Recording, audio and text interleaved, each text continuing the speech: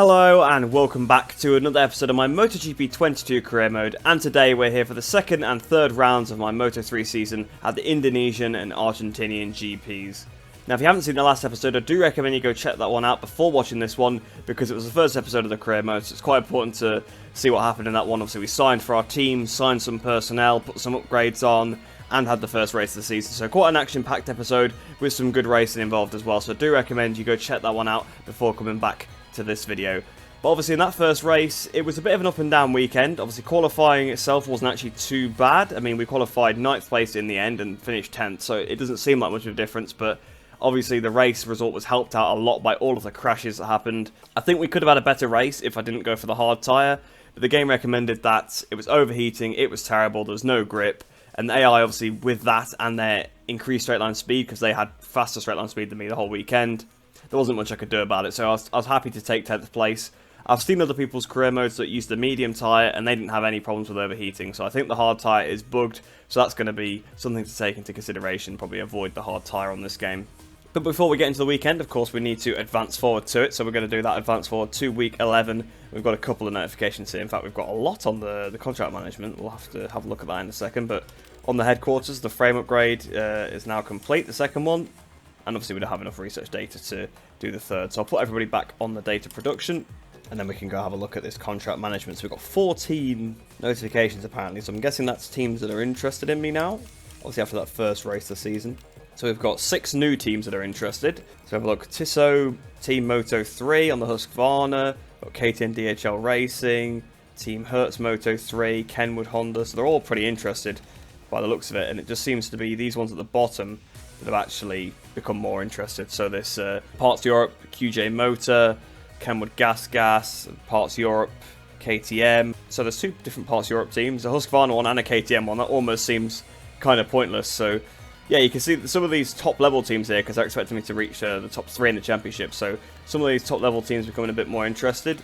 And if we look at the factory teams as well, we've got Leopard now interested. Well, a low proposal chance, but there's a shot at Leopard there. Same with Sniper, Sick 58, Max Racing, Red Bull KTM IO, Gas Aspar, Honda Team Asia, Vision Track Racing Team. So quite a few teams there. So I think we can basically have our pick of a Moto3 team now. Well, we can have a go anyway, at least. Obviously we've got low proposal chance with a lot of them, but that's quite interesting considering the race wasn't amazing, but I did meet all my objectives, so I suppose they were probably impressed by that. But with all that out of the way then, let's head into the Indonesian GP. I'll see you after free practice. So then, at the end of FP1, it was a bit more of a successful session than I was expecting, to be honest, because it's a brand new track for me. I do know the layout roughly from playing it in GP bikes before, but for the MotoGP game, it's going to be slightly different, and on a Moto3 bike, it's a completely new prospect for me. And initially, I was struggling a lot. I was a good 6/10 off the back of the field for a while, but then I managed to just go out soft, power mode 3, and the time is there. The time is there if you use power mode 3. It just seems that the AI has so much more power over you, and this circuit is, I'd almost go as far to say 80% full throttle on a Moto3 bike. It is ridiculous. You are maxed out for most of the lap. So if you don't use power mode 3, you're going to be nowhere. So that's why I've had to do that. We managed to top the timesheets. We managed to achieve some of the objectives as well. I couldn't do the long lap penalty one. I did it 3 times, and it just didn't count, so that's a shame. I beat the time, you know, it said long lap penalty served. Didn't validate the lap 3 times. Didn't work, so that's unfortunate.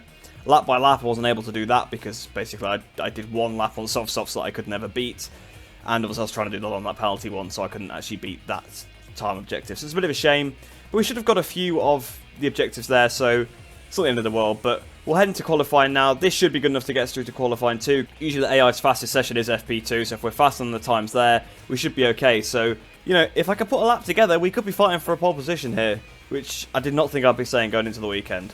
So then the time was actually good enough to stay top, so we are probably looking favourite to be pole position, which is very unexpected considering how much I was struggling at the start of that free practice session. But there you go then. Coming through qualifying 1, we've got Kaito Toba, Danny Holgado, Adrian Fernandez and Diogo Moreira. So it seems like soft once again is going to be a pretty viable choice at this circuit, so it does seem like at the very least soft has kind of been fixed in this game. It's usable for more than a lap now, so it actually now works as a qualifying tyre, whereas before it didn't even work as that. So obviously it's not a race choice, but it can at least be a qualifying tyre now, which previously it couldn't be. So we'll head out onto the track, try and get a banker lap in, We obviously got a 38 in that first session. I don't think I'll be able to do that again, to be honest, because I couldn't really do that time again in that free practice session either. I got quite lucky. I think I followed an AI at one point as well, which gave me a really good line through some of the sections. So it was yeah, it was an interesting race, interesting session. Sorry. So I have to see if I can actually replicate it. Long lap penalties on the right hand side there. You actually don't lose too much time from it, and it wants you to do a 1:43 to actually serve it, but you can do as many 1:42s while serving the long lap penalties you want, and the game will still not give it to you. So that's a bit of a shame. This section here is I quite like it, but we've just seen Minio's absolutely boss to be there, and that's the difference, by the way, when you don't use Power Mode 3. That I will just boss you through that section, whereas when you're using Power Mode 3, I can beat them because I was red in the first sector on my lap. I think I was red through pretty much all the sectors, because honestly, that's where you're losing the time to them. It does seem like they can wind the throttle on and hold the line a bit easier than I can on this bike. You can see they're taking these wide lines, which is alright because you're keeping the throttle open, and because they have more power than me, it's fine. But once you start getting Power Mode 3, if you actually take a tighter line than them, you actually do gain the time on them. So it does seem that the AI are going to be a little bit vulnerable in a few places, but I'm actually quite well placed here because I'm behind Minio, so hopefully I can try and use him as a bit of a tow. But this last sort of sector, this penultimate turn is so tricky. I've lost the front in there like so many times. It's so tough. So let's see if we can follow Minio, get a bit of a slipstream, and try and set pole position. Can we get the switch back on Minio here? Yes, we can. As they go a little bit wide into the penultimate turn, then through the final turn, try and hit that apex on the power. Coming up towards the line, what's this time going to be? 1:36, 1:37, 1:38, 39.0. So Fodger's already gone 2 tenths quicker than that. In fact, almost a quarter of a second. In fact, over a quarter of a second quicker. 2.5 tenths quicker on that lap then. So there's definitely some time to find. Dennis Fodger's got it, which would make sense. It is a Leopard bike at a track that's basically completely maxed out, and I've messed that lap up already. So that one's gone. Oh, and Minio's hit me. Sorry, Minio. So for a first banker lap, it's not too bad. Second place is pretty decent, so we'll probably have to go back to the pits for another tyre, because you can see the tyre really does get pushed. The front tyre especially. It seems like on this game the front tyre really generates heat, unlike on any other game I've tried. I think it's just because I'm having to push the front to make up for the lack of speed. So the front tyre is, I mean, we've done like a lap on it, it's completely gone already. So soft definitely not going to be a choice. Medium is even going to be a bit touch and go in the race, but I'm not touching the hard tyre again after what happened last time, because that was absolutely horrendous. We'll head back to the pits. I think I have got another set of tyres, so I'll give it another go, see if I can do anything better, because Minio did get in my way in a couple of parts of that lap, so maybe if I could try and do a lap on my own, it could be a bit better. I'm not 100% sure though. Might have been the slipstream might have still helped me. So this time we've got another sniper's bike in front, but a bit further up the road, so he shouldn't get in my way, and he's probably not much of a reference that far away either, so it's a bit of a cleaner lap now. So coming up towards the line, I think we are going to improve slightly, but probably not by much. Just enough to move ahead of McPhee. So it'll put me back up to third place, but Minio and Fodger are still in front of me. Minio is very close to my time, only 26 thousandths. So if I can improve again, I might be able to beat Minio. So I'm coming back out on the track for one last go at it. Joe McPhee's now gone pole position, so we've been knocked back down to fourth place. So that's Fodger, Minio and McPhee all quicker. They're all really close to each other though, I think. Well, McPhee and Fodger are close to each other, but Minio is close to me. So if I can, again, just find that small amount of time, I'm able to jump Minio. So I'm out on a fresh set of tyres. I've got one more shot at this really. I'm just going to be able to get round and start one more flying lap. I've just got to hope nobody else improves as well, because Suzuki's only about 2 tenths off me. I don't really want to drop any further back than fourth place. We saw what happened when I was sort of in the mid-pack in the last race. I got absolutely swamped off the start. So I'm just about to start my lap. I've just gone past McPhee and Holgado, who are going in the pits inside each other, so that looked a little bit weird. But there we go, we've got one more attempt then here. A completely clear track. I don't think anybody else is actually going to be on track. I think all the AI are heading back to the pits, so I've got no excuses this time. Sadly, I've not quite hooked this lap up, so it's not going to be any better than the previous one. Well, especially not now. I lost the front to the last corner there, so pull towards the line is going to be... Oh, almost wheeling over the back of the bike there. It's going to be fourth place then for the Indonesian Grand Prix. I gotta say, not too bad at all. Second row of the grid, so a better position than last time. On a track I didn't know as well. I'll absolutely take that. We've got McPhee, Fodger and Minio in front of us. So championship leader Minio, obviously the biggest threat. McPhee, he finished very close to me in the last race, so we must be pretty close in the championship. I think my aim is going to be a podium for this race, starting 4th. I don't see why not, but of course, if a similar thing happens to the last race, I'll be, I'll probably drop through the pack. But we'll see. If I can get a good start, you never know. So then we're down here on the grid for the race, and as you can see, it's actually cloudy, which is going to help me out quite a lot, because tyre consumption was obviously something we struggled with in the last race, and in this weekend as well, the tyres were getting very, very hot a lot of the time. So it's nice. I can worry a little bit less about that. I can sort of just go medium, play it safe, down the middle. Medium's usually a pretty good tyre in these games, so that's what I'm going to go for. But a little bit of a different prospect then ahead of us, because I've never done a race at this circuit, so I'm not really sure how it's going to pan out. Obviously, I've done a few laps here, obviously in the practice session and in qualifying, and I know my pace is there when I hook the lap up, but I was finding that a lot of the time I wasn't hooking the lap up, so I'm probably not going to quite have the pace of some of the guys in front, but I'm still going to give it everything I've got. I'm going to go power mode 3 off the line. I'm going to have to use a lot of power mode 3, so I'm going to have to really watch the fuel gauge, make sure I don't run out, but I'm just going to need it to be competitive because of how much of a power advantage they have over me, and obviously how much of this track is full throttle. But without any further ado then, let's get this one started. Let's hope it's another good scrap like it was in Losail. With the sighting lap safely negotiated, the lights will go out in a few seconds and the Indonesian Grand Prix will get underway. So we've got McPhee on pole position then. He's top Brit. I want to be top Brit, so we've got to try and beat McPhee. But here we are then, the lights are on. Waiting for the lights to go here at Mandalika. Lights out, away we go. The start has been pretty good with that power mode 3. Trying to get a bit of a slipstream off of McPhee as we go down towards the first corner. We're still 4th place, I believe, at the minute. But we're going to go to the outside. Can I try and outbrake them down towards the first corner? I think I have. If I can make it to the apex, I've got the whole shot, but I've run a bit wide on the second part of the corner. But I've still got the lead for now. So at the minute, we are leading the race. So for once, well, obviously it's only the second race, but we're leading. And oh, we've had contact with Fodger already, though, because I was on a bit of a wrong line and Fodger tried to go around the outside. This is the section, though, where they'll probably eat me alive. I'm off the throttle. Mino's up the back. I've just got to try and hold a tight defensive line. Obviously, I don't want to run out too far on the curves because I don't want to be picking up any track limits warnings, because this will be a very easy track to transgress at. But Mino hits the front. Made a bit of a mistake there through that section, but I have managed to keep it within the green, well, within the painted lines, so we've not got any track limits warnings there. But at the inside we go, Garcia. I thought we were going to make a pass on Garcia then, and we've been hit now by Suzuki. So both Leopard riders making contact with us already in these early stages, but it's been a much better start than in the previous race because we went backwards last time. This time I've actually at least gone forward by 1 position, even though we obviously got overtaken after taking the lead, and we've definitely picked up a transgression there. And don't pick another one up on the exit. Go on, there we go. That was a bit of a mistake, but this is a tricky circuit, like I said, I don't really know it that well as well, so that doesn't help. But it is a nice track. It seems like Garcia's looking for a way past Mino, so can we try and capitalise on that?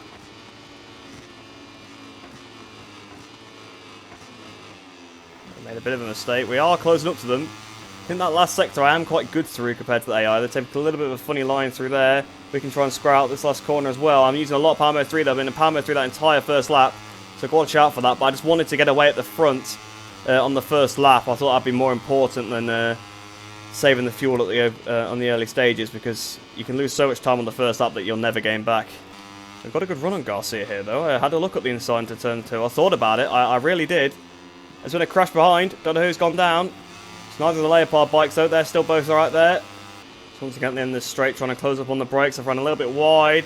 Fodger's looking at the inside. He couldn't quite do it. So he maintained 3rd place, but Garcia's at the front. Oh, Fodger's looking at the inside again. But Garcia leads now. Mino in 2nd. The AI seeming a little bit less aggressive than they were at Qatar, which is both good and bad, because they're not dive bombing me into oblivion, which is nice, but they're also not holding each other up as much as they were in Qatar as well. Fodger's really looking for a move here. I think I'm going to have it. Oh, a bit of contact with Fodger. McPhee's coming at the inside all of a sudden, so McPhee's the one that's won out. Me and Fodger were distracted by each other. And also trying to close Fodger down a little bit. And that's allowed McPhee through. So we're down to 4th place now. Can we try and get the switch back on John? Fodger's looking at the inside. So this is what I mean. I've turned it out of power mode 3. Obviously just try and save a bit of fuel. And this is where they're all over me once again. Although I've got 1.7 laps of fuel after the race left. So we go back up into power mode 3. 39.9. So we can see quite a way off what we were doing in qualifying. Once again down to turn 10. I really try and maximise the braking there. We do make a bit of time. But Mino's re-hit the front. And Garcia's going back up the inside, so they are going to start holding each other up if they're not careful, and that might allow this group behind just to catch up. And obviously McPhee, he's ready to take it. Obviously he was on pole position, so he probably would be favourite for the victory. We know he's got the pace, so if he can try and catch up to those two while they're battling, he might want to check out. So coming up towards the line to start the final lap of the race. It's come around pretty quick. I'm not really sure why Mandalika only has 4 laps, because it's a much shorter lap than it was at Qatar, and the Qatar had 5, so it's a little bit strange there, but oh well, it seems to be... Oh, Suzuki trying to get the inside of me to turn 1. But yeah, for some reason it seems like Mandalika's got a shorter number of laps. I don't know whether that's because Milestone weren't sure how many laps it should have. I'm not really sure, but Suzuki's coming to the inside of us, so Suzuki's passes their superior grip on this final lap. So we've been demoted to 5th position. Top 5 would still be a good result, but I want to try and get back in front of Tatsuki if I can. And we're probably going to pick up a track limits warning, so our second one of the race there. That's not too bad, but we've still got a few more to use up on this last lap. So here we go down towards turn 10. Ortola's looking for a move on me as well, but on the inside I go of Suzuki. Oh, I wasn't getting that one stopped. There's a bit of action in front, but Ortola's managed to get through as well, because I made that mistake trying to pass Tatsuki. So I've been caught out a little bit there, been caught napping, trying to make a pass on another rider. Another rider's managed to make a pass on me, and that is the last thing you want in this rear tyre now. So I tried to change the direction. It's completely gone. I'm really struggling with the overheating on this Moto 3, that is for sure. You just have to be so hard on the throttle to make up for all the time you lose on the straights because of the AI. So it looks like we're probably going to be 6th at best here, but Fogger's pretty close, so we've got to watch out for Dennis Fogger as well. So we go down towards the penultimate turn. Ortola's looking for a move on Suzuki. He can't quite do it. He's made a bit of a mistake. I try to get him on to wheelie. I've hit him to the side of it because we've wheelied there coming through the penultimate turn. I'm going to let Ortola keep the position because that would be unfair for me to take the position based off contact. So towards the line, it's going to be 6th place in our second race, but John McPhee actually ended up winning that last little scrap there with Garcia and Mino. So a rather bizarre race there, a little bit less chaotic than the last one, probably a little bit less to show, but also extremely short. I haven't changed the race length at all, but for some reason, Mandalika was only 4 laps long. You can see the race time was only 6 minutes, whereas in the last race, I think it was about 11 minutes. So it was about half the race distance there of Qatar for some reason. A little bit strange, but 6th place, not too bad. It really does seem like we are struggling, though, in terms of the pace compared to the AI, because, well, we've struggled to get in the top 10 2 races in a row. We've obviously managed to do it, but it's been a bit of a tough battle. We're much closer to the win this time, granted, but a bit of a shame to get mugged by both Suzuki and Ortola on that final lap. I can't manage the tyres because I have to just go flat out every lap just to keep up with them because they've got so much more speed. So yeah, it's a bit of a shame. Hopefully once we have a few more upgrades it might be a bit better, but I think the AI probably just have a bit more straight line speed than the player again on this game. But 6th place, still not too bad, especially at a track I didn't know, so coming into it, that's pretty good. And you can see my fastest lap of the race was a 39.2, so I wasn't messing around. I was absolutely going for it in that one. So look at the Riders' Championship now. We actually move up to 6th place. We're only 25 points off the championship lead, so after 2 rounds, that's not the end of the world. I mean, a crash for Mino and a win for me, that puts me straight into the lead, so anything could happen yet. Sergio Garcia, though, probably worth noting, moves up 23 places to 5th place after quite a poor Qatar GP for him. Yama Masia and Ivan Ortola both moved down, with John McPhee moving up into 2nd place, but Dennis Fogger, where is he down? Well, he's up to 13th in the championship, so yeah, he must have obviously finished pretty poorly in the first race. So the only reason, really, they were 25 points off is because Mino's obviously been on the podium in both races so far, whereas nobody else has really been too close to that. Looking at the Teams Championship then now, we actually stay in 7th place. We don't move. A lot of teams move either side of us. Obviously, Max Racing, Aspar, and Leopard both move up. All 3 of them move up a few spaces. Red Bull KTM IO are down a few. Prustal GP and CIP and Vision Track are down a few as well. Red Bull KTM Tech 3 up a few. BOE, MT Helmets and 658 moving down a few places as well. But Snipers continue to lead quite a healthy lead now, 17 points over MTA. It's a long season, 2 races out of 20. There's still 90% of the season left, so there's plenty of time for these things to change. With that weekend done then, we'll head back to the Career Hub, have a look what we've got, and then we'll move on to the Argentinian GP, where hopefully we can have more of the same. So from that weekend then we gained 3,700 reputation, which takes me up to 14,600 reputation points.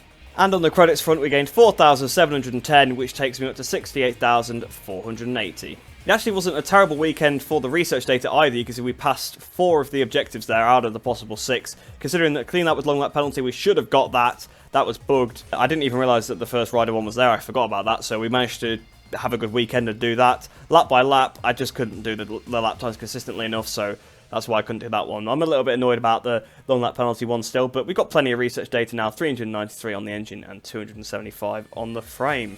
So apparently I've got 9 notifications on the contract management. I'd assume that maybe my chances for some of those teams have gone up too high now, maybe? Oh no, there's Moto2 teams interested.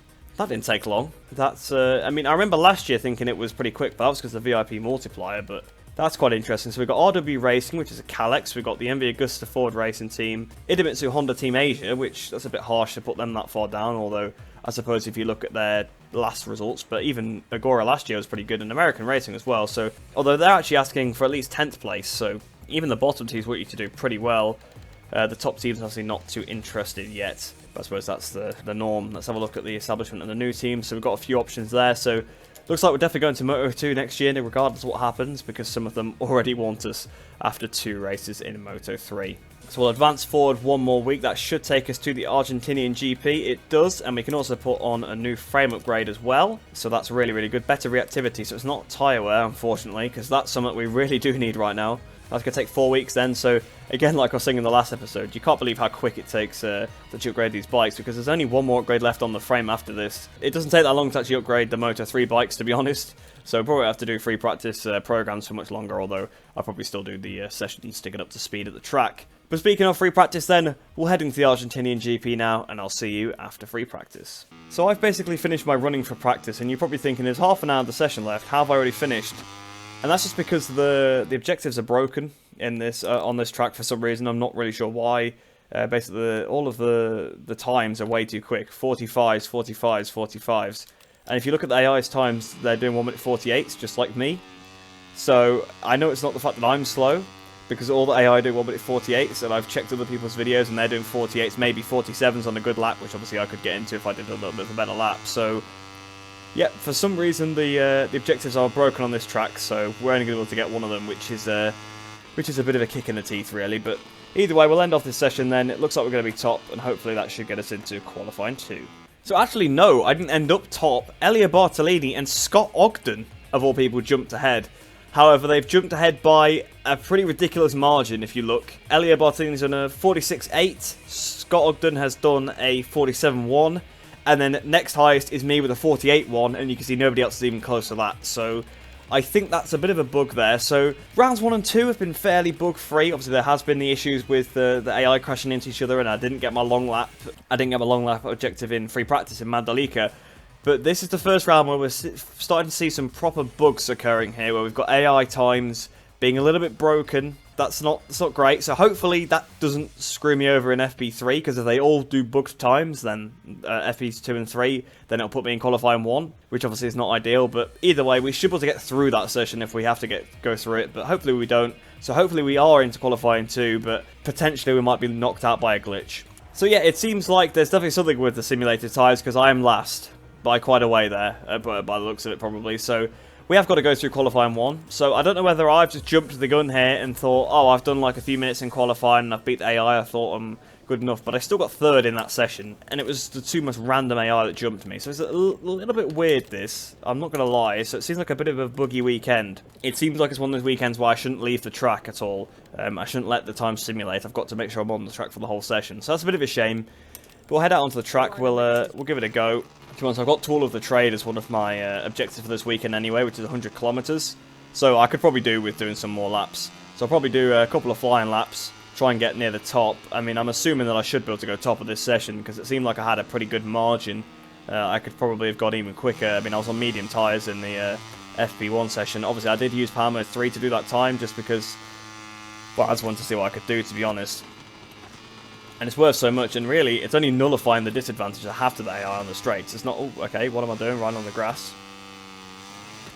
Because even Ogden is in this session with me now, so that's what I mean about the AI's times being a bit ridiculous. Because I'm saying you're not going to get, you could do a 47. I don't think, maybe you could do a 46 if you're a really good player, but I don't think these AI are quick enough to do 46s around this circuit. Because it's not a circuit I've got to learn, for example, like Mandalika, where, like, okay, I accept that I might be a few seconds off them. Like, I'm not going to be, like, several seconds a lap slower than them at Argentina if I've not been several seconds a lap slower at other tracks as well.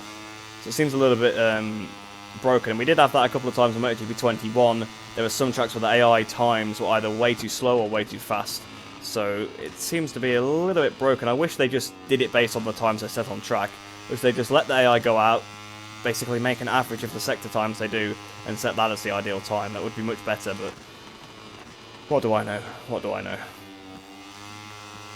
But either way, I probably want to get past Ogden here, because he's probably just going to get out of my way, because obviously he's 15th in Q1, so yeah, that's a really, really low down AI performance, so he's probably going to get right in my way if I don't get past him. I mean, I've got a good run on him. I'm not even in power mode 3 at this point, I've just rode past him like he's just standing still, so that tells you something.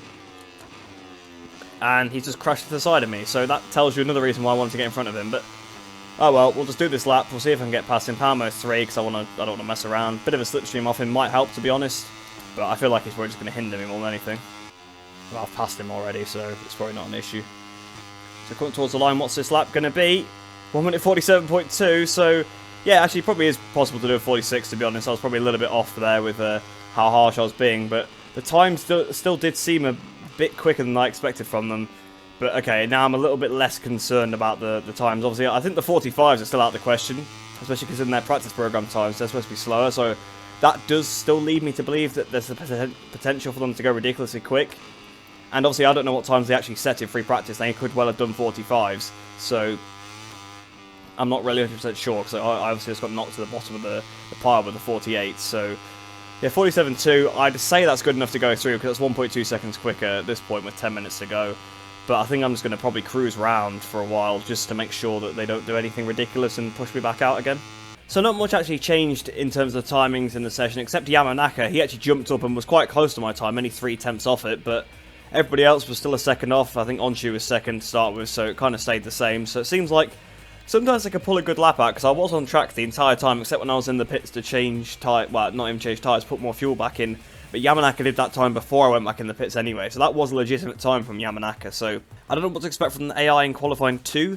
Maybe they will put it in the 46s, so I am rethinking some of my comments from earlier, but those 45s for the practice progress were still way too fast, because I don't even think I would be able to do them. I don't think the AI could do them. And for a practice program, it needs to be slower than your qualifying time by like about 2 seconds, of how it is at most of the tracks. So yeah, it's a little bit ridiculous there. But we got through into qualifying 2 in the end after this weird weekend with the timings. So let's head into qualifying 2 and hope that I can try and get top of that session as well. So I know I can go a little bit quicker than what I did in qualifying 1, because that wasn't even a perfect lap. I broke a little bit too early into turn 5, if I'm being completely honest. So there's some time on the table there. I think I probably ran wide in a couple of the places as well. So there definitely is some time on the table, and I'm going to need it, because obviously they are going to be pretty quick in this one.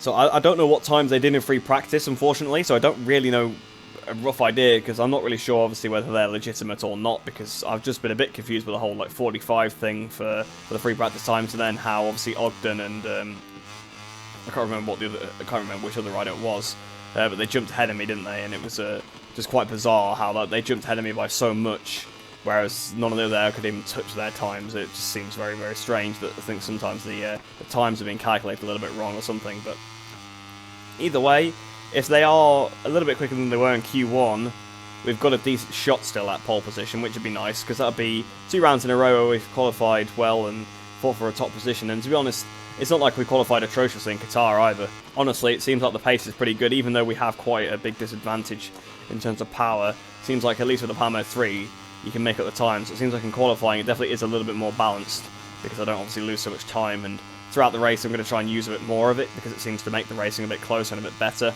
So up to Power Mode 3 then. Let's see what we can do. Try and put a decent banker lap in. Hopefully I won't have to do another one, but it is qualifying 2, so the times are going to be a bit faster. So coming up towards the line then, what's this going to be? 47.1, so super close to being a 46 there. 1.4 seconds quicker than Moreira currently. Might go again, just see if I can go any quicker. I just find it really weird how inconsistent the AI are being. Like, sometimes they can do the times, but some of the AI seem to be able to... Well, I've just lost my lap there by going on the green, but some of the AI seem to be able to actually do the times, because obviously I was only top of Q1 by 3 tenths of a second, and obviously they did those ridiculous times in free practice. But then other times, it seems like they can't do the times at all. You can see now they're a second off, they're doing 48s again. So at the end of the session then, it was good enough for pole position by a big margin. Nothing really changed in terms of the timing. I stayed out on track the whole session. 9 tenths to Andrea Mino in second. So super strange, because for some reason they are slower in Q2 than they were in Q1. Because they did 47s in Q1 and they can't match that in Q2. And also in FP1 someone did a 46 and they can't match that. So something really fishy is going on with these times. I'm not sure what's going on, but I'm on pole position. I'll absolutely take it. We're continuing that trajectory. I'm getting more competitive every weekend just as I get more used to the bike. And of course, as I upgrade the bike as well, the bike's becoming more competitive itself. But back to a track I know again, obviously had Qatar, but I was learning the bike really very much at that track. We got also stuck with the terrible tyre. I think if we hadn't have had that issue, we probably would have been a little bit better, and also if I wasn't so wary of the fuel consumption, could have used more power mode 3, been dive bombed and passed on the straights less, and probably had a pretty good race at Qatar actually if things had gone a bit differently. Mandalika, obviously learning the track, but still had a pretty good race there regardless. This time, didn't have to learn the track, know the strategy's a bit better, we're on pole position, so everything should line up for us. So we're heading to the race now then, and well, I suppose I've got to go for the win. So then we're down here on the grid, and I have just checked the AI difficulty. It is on 120%, so not really sure why the times are so weird. I think it was supposed to be a bug with this track because, of course, like I was saying in the first free practice session, we had some weird glitch where the times that they wanted me to do in the programs were way too fast, faster than you can really do, and the practice programs are supposed to be fairly slow anyway to make it easier because obviously it's not a qualifying lap, so a little bit weird. Obviously I'm not going to go on these tyres. That would be a pretty critical mistake if I went on a destroyed set of softs. But medium is what we're going to go for. I think Gavin Emmett said on the intro that people were going for the hard tyre. But I've learnt my lesson from that tyre. I'm not touching that tyre again. So we'll get this race started then. We're on pole position. I'm going for the win. I've got to try and get the whole shot. I think if I can get the whole shot, and if I can lead through the first sector, I actually might be able to get away, because I feel like I have got a bit in hand over the AI here, which is pretty mad when you look at how the other races have gone so far, whereas I've really been struggling to keep up. Mandalika was a bit more even, but this time it seems like I've got the upper hand. Formation lap complete, and riders are lined up on the Termas Rio Hondo front straight. Just a few more seconds, and we'll get going in the Argentine Grand Prix. I'll tell you what, I didn't realise Yamanaka was in 4th place. He was the rider that was 3 tenths behind me in Q1, so watch out for Yamanaka. Here we are then, waiting for the lights to go here then at Argentina. The lights out and away we go. I don't know how good my start's been. It said I was half a second in front, but that definitely wasn't right. Yeah, it's a bit more like it, 2 tenths. We're going towards the first corner, so is it going to be 2 races in a row? We're going to have the whole shot into turn 1, but this time I intend to keep it. I don't want to make a mistake and lose it. So out of turn 1, and now we're up to about half a second lead. I think if I can maximise this first sector and use power mode 3 for this entire first lap, I think I can actually break the AI here, because their pace is just not as good as mine, it seems, at this circuit. It's obviously a bit less of a circuit where you're full throttle, so that does make sense, because obviously every circuit we've had so far, Qatar has long straights and you full throttle for a lot of that lap. Same with Mandalika. And I mean, you are full throttle to some extent at this track as well, especially down this long back straight, but there's a lot more corners to sort of gain the time back. And interestingly enough, Yamanaka is up to 2nd place, so Ryosai Yamanaka, he's looking rapid this weekend, and he's in front of the championship leader Mino at the minute, so that'll help me out. There could be some more riders between us, but I've checked out, I'm over a second in the lead already. Notice how this race is 5 laps as well, it's a longer time than Mandalika as well still, so yeah, I'm really not sure why Mandalika was only a 4 lap race, makes no sense. It's been a crash, don't know who's gone down, no one out of the top 8, so probably no one too important. So then the first lap then, 1.5 seconds in the lead. But the fuel is a little bit more critical, and the tyre is still overheating, so maybe the hard tyre was the correct choice for this track? I don't really know, because I'm just a bit scared of the hard tyre after what happened at Qatar, but then I've had overheating tyres at every race so far, so maybe it wasn't necessarily the hard tyre being bugged at Qatar. Perhaps it's just this bike, or my riding style on this bike, that overheats the rear tyre, but the medium overheating feels a lot better than the hard overheating did at Qatar, that's for sure.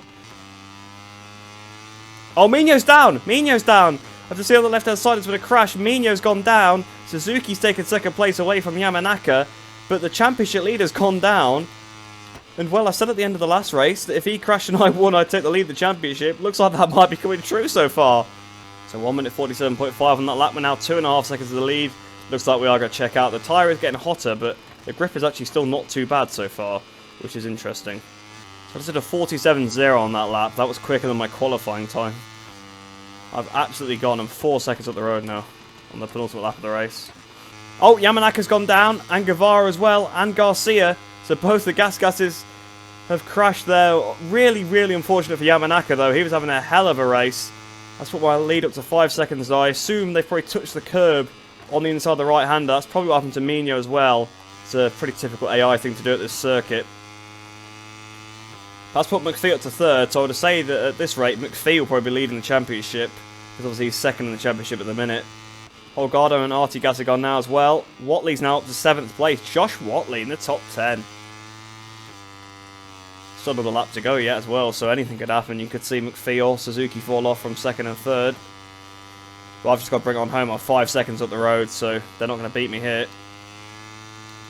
fuel was very marginal on this one, even though I only used power motor on lap 1 of this race. You can see I've only got 0.4 of a lap over target, so interesting. Perhaps they just filled us up more at Mandalika because you're on the throttle for so much more of the time, I don't really know.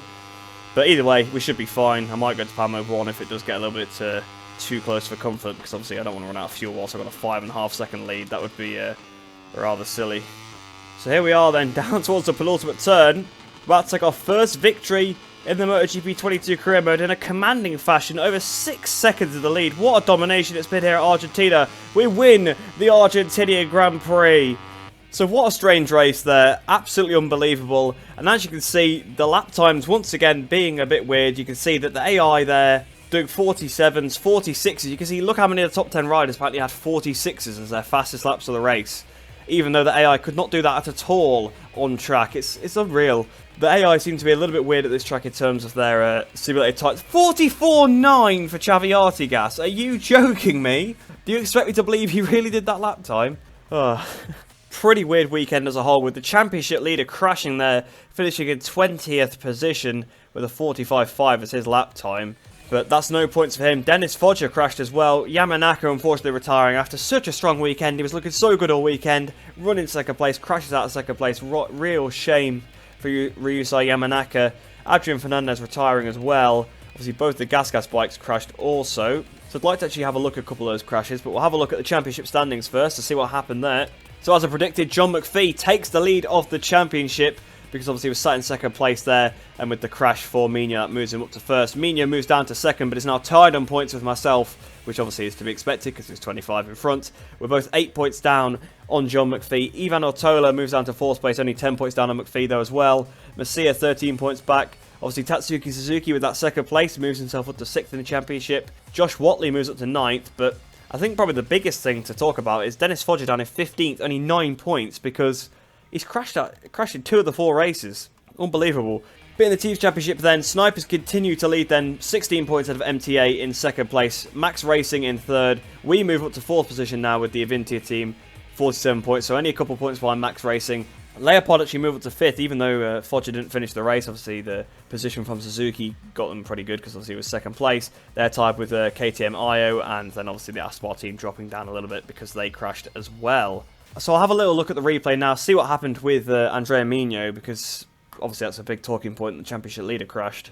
So on board with Mino, then down towards turn 5. He's looking on the outside of Sergio Garcia. A little bit of a touch from Garcia there, and that's just unsettled him and made him lose the front, which we have seen a few times there, and I think that's how Adrian Fernandez, bless him, got took out. I think he just hit into the side of Mino's bike, and once again, of course, not having the bike retrieval thing on at all, so no long respawn time for the AI, which is a shame, because that was a feature in MotoGP 21, so they've deliberately took that out, which is a weird thing.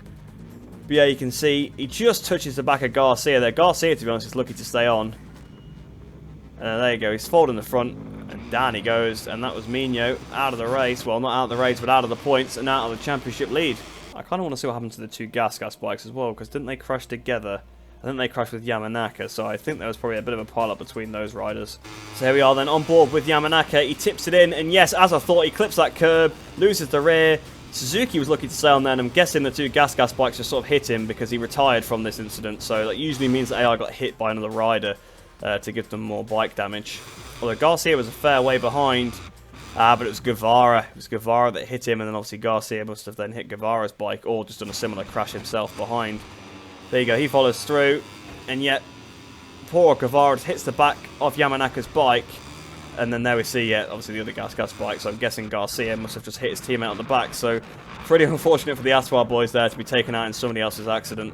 Here we are then, on board with Garcia. He's following McPhee, and there we go, just hit straight into his teammate. So McPhee was pretty lucky actually to get away with that, because if McPhee had crashed as well, then I definitely would be leading the championship. But with those incidents looked at then, let's head back to the Career Hub, see what we got from this weekend, and end off the episode. So from this weekend then, we gained 4,800 reputation, which takes me up to 19,400 reputation. And as for the credits then, we gained 6,110, which takes me up to 73,290 credits. Sadly, it wasn't a great weekend for the practice programs, because obviously a lot of them were impossible, but we did manage to get into Q2, so we got some for that. Tool of the trade, we managed to do that, and honestly that was helped by the fact the lap times were broken, because I had to just keep doing laps in qualifying. That obviously builds up the kilometres. Track study, we couldn't do that because it was a 45, and I wouldn't. I think if I pushed flat out soft power 3, I wouldn't be able to do that. Well, I didn't. I did 47s, didn't I? But even if I did a perfect lap, I don't think I'd get a 45. I'd probably be able to get a 46 to be fair, but not a 45. And then obviously clean lap and lap by lap were the same thing. They all wanted 45s. So we now have 551 on the engine and 160 on the frame. But here we are then, no notifications, so that pretty much brings this episode to a close. So I hope you guys did enjoy that one. Another good battle at Mandalika. A little bit more of a boring race at Argentina, which I do apologise for, but when I was over a second a lap quicker in the race, there was not really much I could do about it. I wasn't even using power mode 3 throughout the race, to be fair, so I can't even say that, I was using that to sort of just, pull away from them. I was in power 3 for the very first lap just to break the slipstream so they couldn't keep getting past me, and then after that I just checked out. So apologies that race was a little bit less interesting, but Mandalika was still pretty good. But two pretty good races there, showing that we're competitive. We're up to 3rd in the championship now, so I'm really looking forward to the next races to see what we can do. So I hope you guys did enjoy that one. Hope you enjoyed the rest of your day. Hope you're all staying safe, and I shall see you in the next one.